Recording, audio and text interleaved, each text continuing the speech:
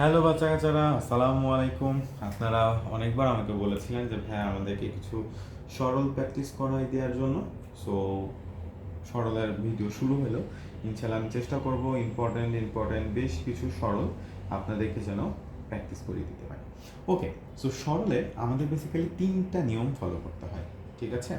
এক নাম্বার, আমরা কমন নিতে পারি। ওকে, ভালো কথা। 2 নম্বরে আমরা কি করতে পারি? 2 নম্বরে আমরা যেটা করতে পারি, আমরা গুণ করে ফেলতে পারি। 3 নম্বরে আমরা সূত্রে ফেলাইতে পারি। 4 নম্বরে আমরা নতুন করে কোনো কিছু ইন্ট্রোডিউস করতে পারি, নিয়ে আসতে পারি, ঠিক আছে? সো এইখানে আমরা দেখি তো কোনটা করা যাচ্ছে।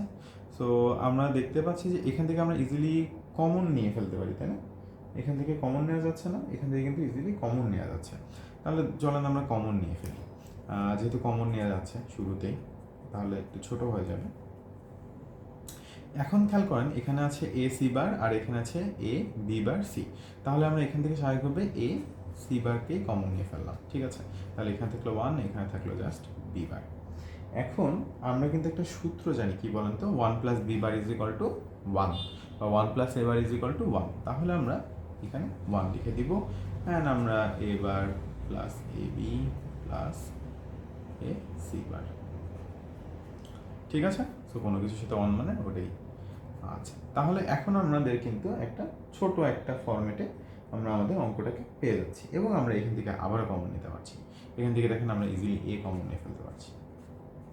তো আমরা এখান থেকে যদি এ কমন নিই, বি প্লাস সি বার, তাই না? কি পেলাম আমরা এখন? B plus C bar. এখন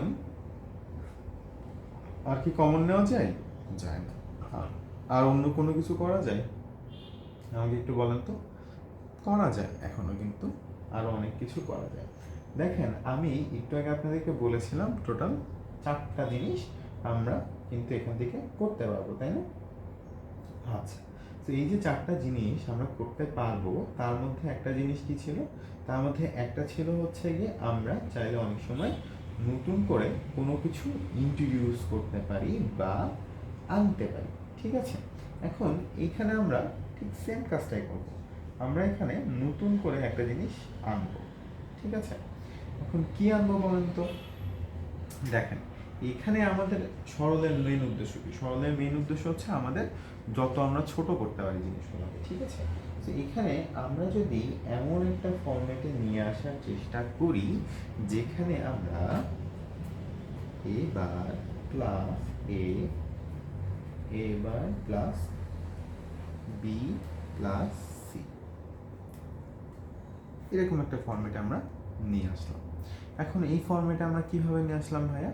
এখন দেখেন, নর্মালি আমরা যদি চিন্তা করি, সেটা হচ্ছে গিয়ে A plus A is equal to কিন্তু আমরা এ লিখতে পারি, তাই না? তো এইখানেও আমরা সিমিলার টাইপেরই একটা কাজ করছি। আমরা এ বারকে এভাবে লিখলাম, এখানে আমাদের